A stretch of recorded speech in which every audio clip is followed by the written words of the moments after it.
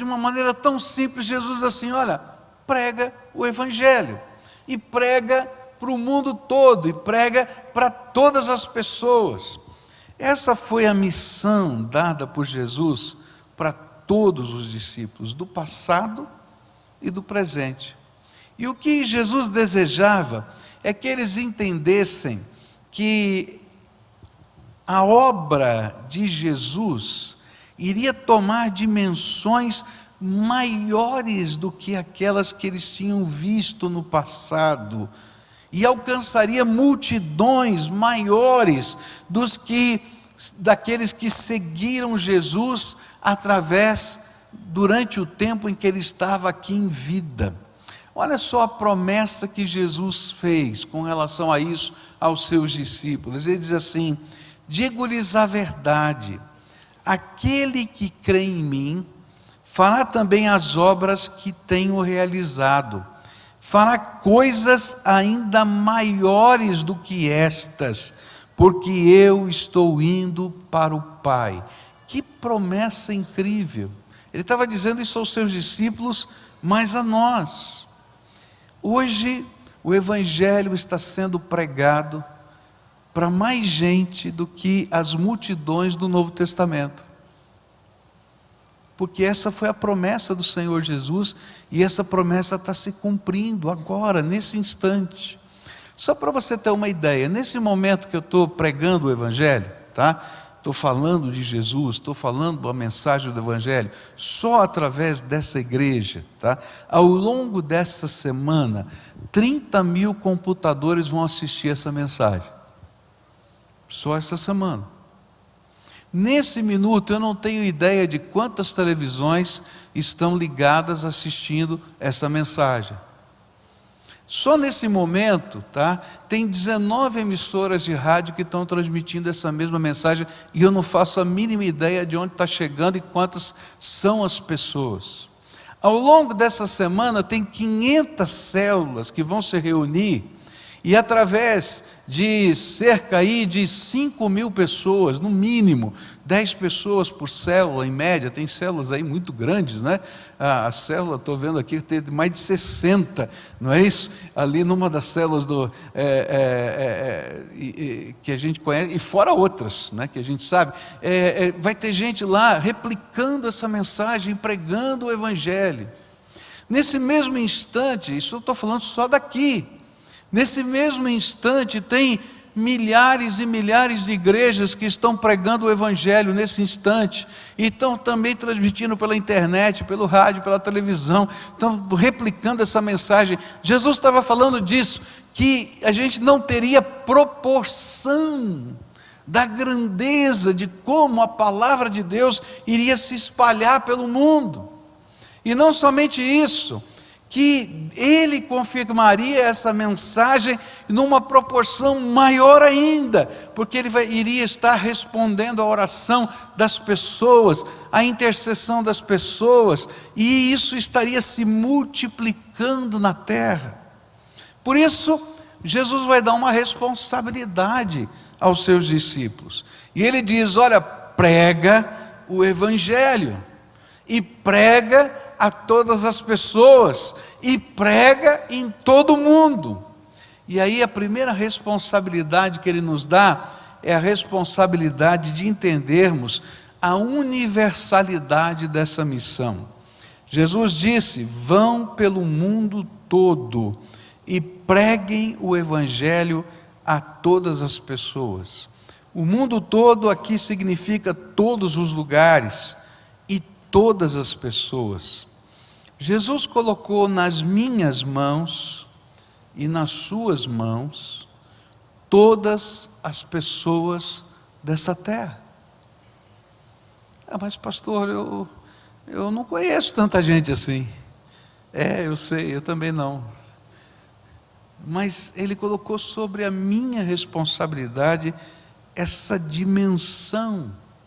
E aí eu tenho que começar a entender essa dimensão naquilo que está mais perto de mim.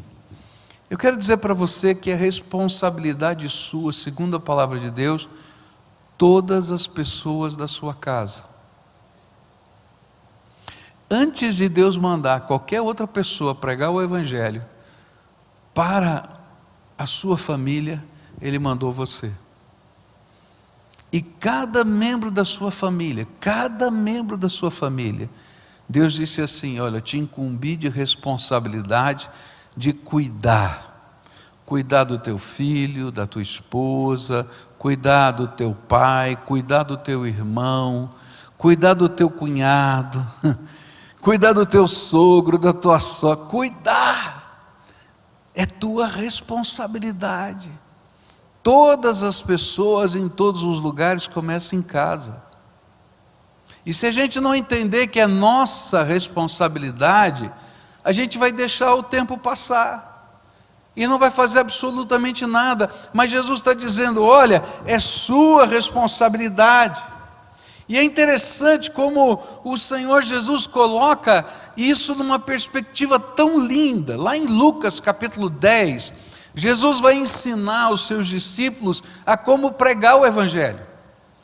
Ele diz assim, ele vai pegar os seus discípulos, vai dividir de 2 em 2, né? Os seus discípulos vão ser acompanhados de outros discípulos de Jesus, os 12 vão ser acompanhados de outras pessoas, e eles saem em 70 pessoas, 35 duplas, e ele diz: olha, você vai para essa região, o outro vai para essa, e cada 2 chegava numa cidade diferente, numa aldeia diferente.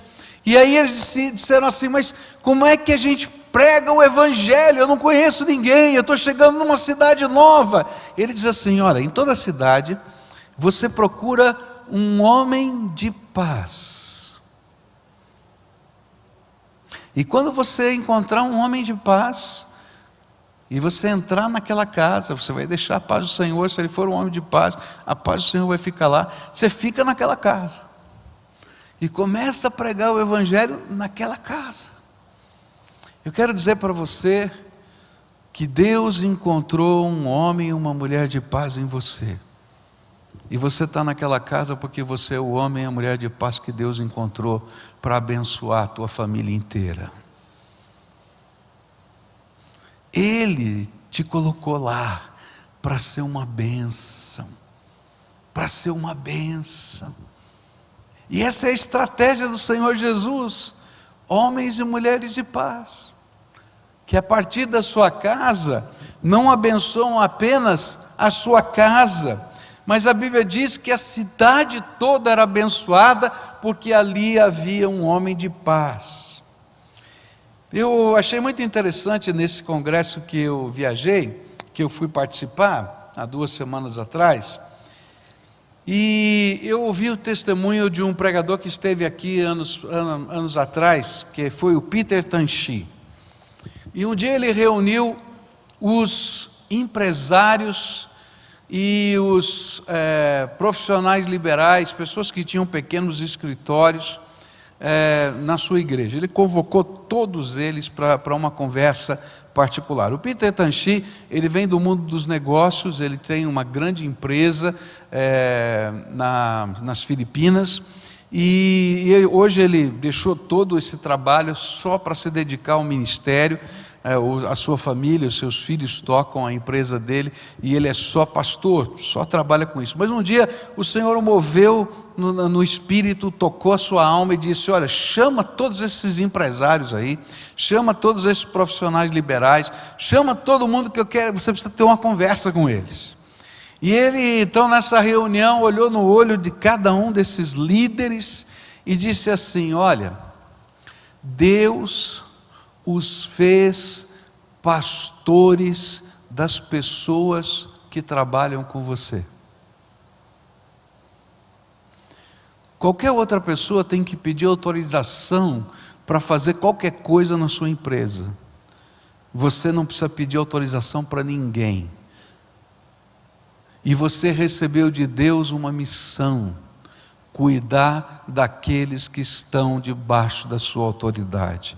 Você é o homem de paz que Deus colocou na vida deles. E começou um movimento lindo, onde esses homens e mulheres começaram a orar e entender que as suas empresas eram responsabilidade, a família das pessoas, as pessoas que trabalhavam naquelas empresas, eram responsabilidade espiritual instituída por Deus na vida deles. E aí começaram a formar grupos de oração, e grupos de ministração, e acampamentos de famílias de funcionários. E um milagre de Deus começou a acontecer ali nas Filipinas, através das empresas, que eram empresas missionárias.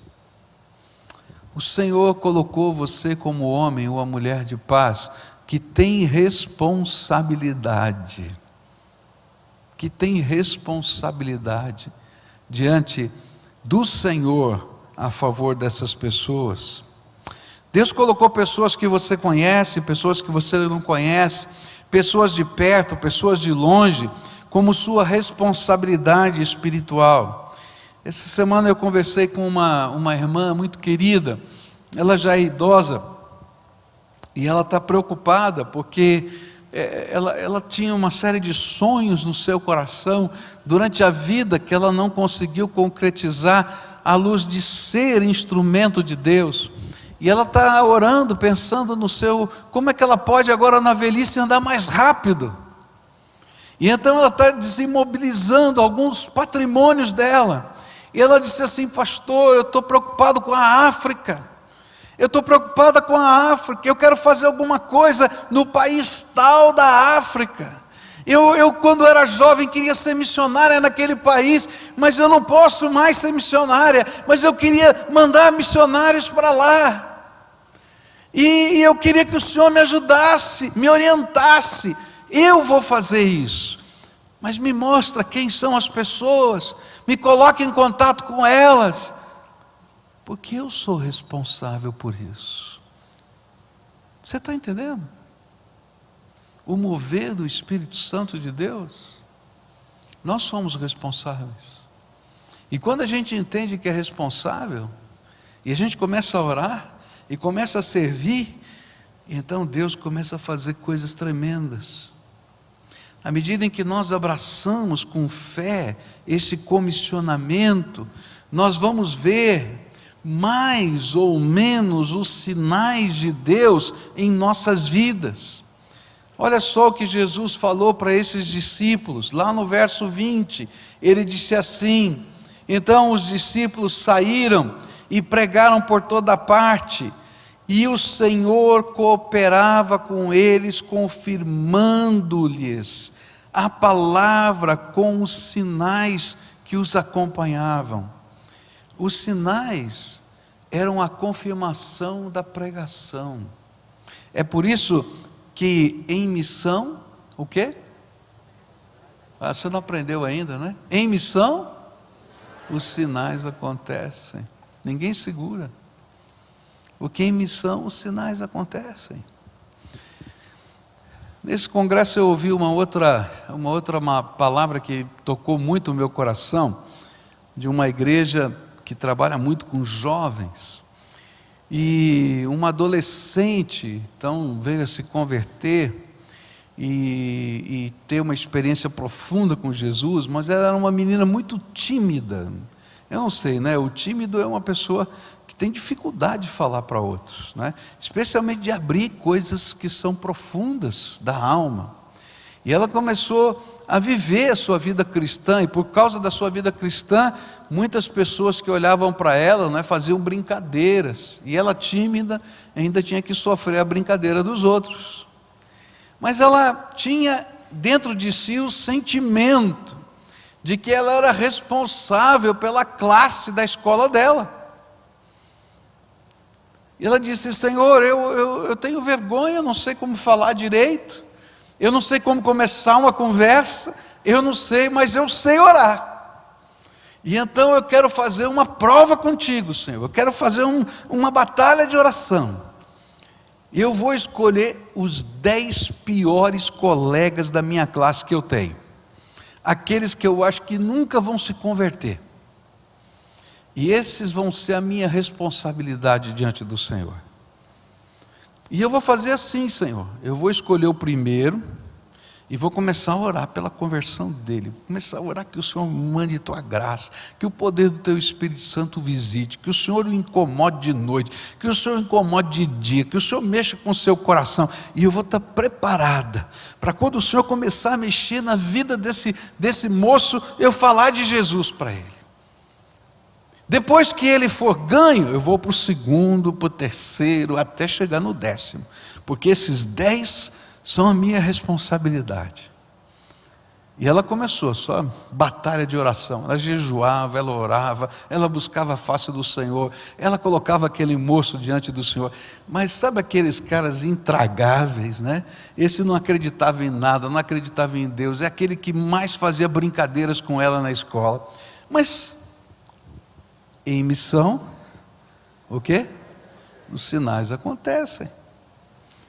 Esse moço começou a ter pensamentos automáticos que falavam de Deus. E de repente ele falava, oh meu Deus, mas eu não acredito em Deus, por que eu estou falando em Deus? Né? E de repente ele sonhava com Jesus, mas eu não acredito em Jesus, estou sonhando com Jesus. Mas de repente ele falava uma palavra, mas não é possível. E um dia ele ficou tão incomodado com isso, mas tão incomodado, que ele disse assim, ô Jesus, se o Senhor de fato existe e está me ouvindo, eu vou pedir um sinal para o Senhor. Agora adivinha o sinal que ele vai pedir. O cara é doido, né? Mas adivinha o sinal que ele vai pedir para Jesus. Pensa um pouquinho, o que você acha que ele pediu? Pensa, fala para quem está perto de você aí. O que você acha que ele pediu? É coisa de doido. Tinha que ser doido e adolescente para pedir isso, né? Ele falou assim, que eu comece a vomitar. O cara podia pedir, né, uma coisa melhor, né? Fala a verdade, o cara é doido, né? E ele falou isso, e adivinha o que aconteceu? Começou a vomitar. Mas Deus faz as coisas certinhas, né? Fala a verdade, Deus é tremendo, né? Ele não só começou a vomitar, como ele ficou de joelho na privada 24 horas vomitando sem parar. E quando estava lá, já que não aguentava mais, doía tudo, ele falou, tá bom, eu acredito que o senhor está ouvindo, por favor, para. E ele parou. E aí então ele foi procurar quem? Aquela menina. E disse, olha, está acontecendo algo estranho comigo, olha só o que aconteceu. E aí, como Bora, né, ela pegou aqueles versículos da palavra e começou a apresentar o plano da salvação. E aquele moço foi o primeiro da lista de 10 que se converteu. E aí ele se uniu àquela outra moça e começaram a orar pelo número 2 da lista. E o número 2 se converteu, e o número 3, e o número 4, e hoje os 10 servem na mesma igreja como servos do Senhor Jesus Cristo. Sabe por quê? Pode aplaudir, porque é para Jesus, né? Porque em missão os sinais acontecem quando nós entendemos que nós somos responsáveis e deixamos Deus usar a nossa vida, e entendemos que podemos ser instrumento da graça dele com todas as limitações que temos. O Senhor começa a confirmar a mensagem que estamos anunciando, e é por causa da confirmação de Deus, do poder do Espírito Santo, que as pessoas se convertem. Tolos somos nós quando imaginamos que é por causa da nossa sabedoria, da nossa capacidade, do nosso argumento, da nossa estratégia. Não, queridos, o Senhor está procurando um homem de paz, uma mulher de paz, que assuma uma responsabilidade de ser bênção, e que creia que Ele é poderoso, e que pode usar as pessoas simples dessa vida. E na medida em que eles creem, e começam a agir em nome de Jesus, e a servir em nome de Jesus, o Senhor vai fazendo a obra dele, e vai confirmando essa mensagem, e vai anunciando e derramando graça. E nós estamos ali, como instrumentos dele para fazer diferença nessa terra. E a paz do Senhor, que excede todo o entendimento, enche o nosso coração e se propaga na vida das outras pessoas. Por isso, eu queria desafiar você durante essa campanha a orar por pessoas, a se responsabilizar por pessoas, a amar pessoas, a servir pessoas em nome de Jesus, a fazer da tua casa a casa da paz, a fazer da sua história a história de um homem e de uma mulher de paz. Porque a obra é de Deus, nós somos só coadjuvantes dessa obra. E na medida em que nós fazemos assim, o Senhor revela graça na vida das pessoas.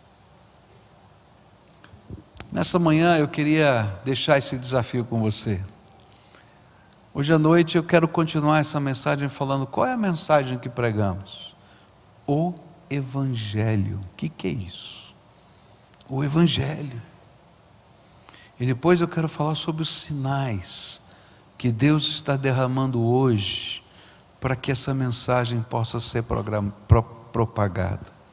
Mas nessa manhã, antes da gente celebrar a ceia do Senhor, esse memorial que ensina para a gente que Jesus veio a esse mundo, morreu na cruz do Calvário por nós, ressuscitou ao terceiro dia, que está vivo, e que prometeu aos seus discípulos que eles não ficariam órfãos, mas que Ele derramaria o seu Espírito Santo sobre eles. E é através do poder e da graça desse Espírito que a paz de Deus se manifesta, que os sinais de Deus se manifestam, que pessoas são tocadas pela graça. Por causa desse Espírito é que aquele jovem foi tocado, e pensava, e sonhava, e não sabia por que estava sonhando, porque a oração tem poder. Por causa desse Espírito, que se manifesta na vida de gente simples, é que coisas extraordinárias de Deus estão acontecendo hoje. E quando a gente participar desse memorial, comer do pão e do vinho, eu queria que você assumisse com o Senhor um pacto. Senhor, ao longo desses 40 dias, me faz um homem de paz, me faz uma mulher de paz, me faz responsável pela minha casa, pela minha família, me faz responsável pelas pessoas que trabalham comigo, me faz responsável. Eu estou morrendo de medo de fazer essa oração, porque Ele vai ouvir, Ele vai ouvir. Mas lembra, os sinais de Deus acompanham aqueles que se responsabilizam pelo serviço do Senhor. E serão os sinais de Deus que revelarão que essa mensagem é verdade. Não é porque você é bom, que você sabe convencer, não. É porque o Senhor vai lá na frente e trabalha. Tem gente que precisa de Jesus na sua casa? Começa uma campanha de oração para essa gente. Senhor, nos sonhos, fala com ele ou com ela. Senhor, lá no trabalho, que os pensamentos venham e essa pessoa não consiga entender, porque tantas vezes o Senhor o visitou. Dá mais uma oportunidade, outra, e eu vou estar aqui preparado, Pai, preparado para ser o homem de paz ou a mulher de paz que o Senhor colocou na vida dessa pessoa. Vamos orar por isso. E logo depois eu vou convidar os diáconos para virem à frente depois dessa oração, para a gente celebrar junto a ceia do Senhor, tá bom? Curva a sua fronte. Senhor Jesus, ouve a oração do teu povo. Há tantos queridos nossos que precisam da salvação. Há tantas pessoas que o Senhor colocou na história da nossa vida que precisam da salvação.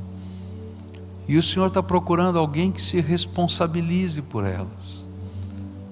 E nós estamos dizendo: eis-nos aqui, Senhor, pode usar a nossa vida, pode usar a minha vida, pode usar a vida dos nossos irmãos que estão aqui. Nós queremos ser homens e mulheres de paz, que o Senhor pode usar, de tal maneira que a casa seja bendita, a empresa seja bendita, o prédio de apartamento seja bendito, a vizinhança seja bendita, ou quem sabe, Senhor, os países distantes sejam abençoados, porque o Senhor colocou sobre nós essa responsabilidade e nós aceitamos no poder do Teu nome. E eu quero te pedir, Senhor, confirma a mensagem que vamos anunciar, e que os Teus prodígios, sinais e milagres acompanhem os Teus discípulos nessa jornada. É aquilo que oramos, Pai, em nome de Jesus. Amém e amém.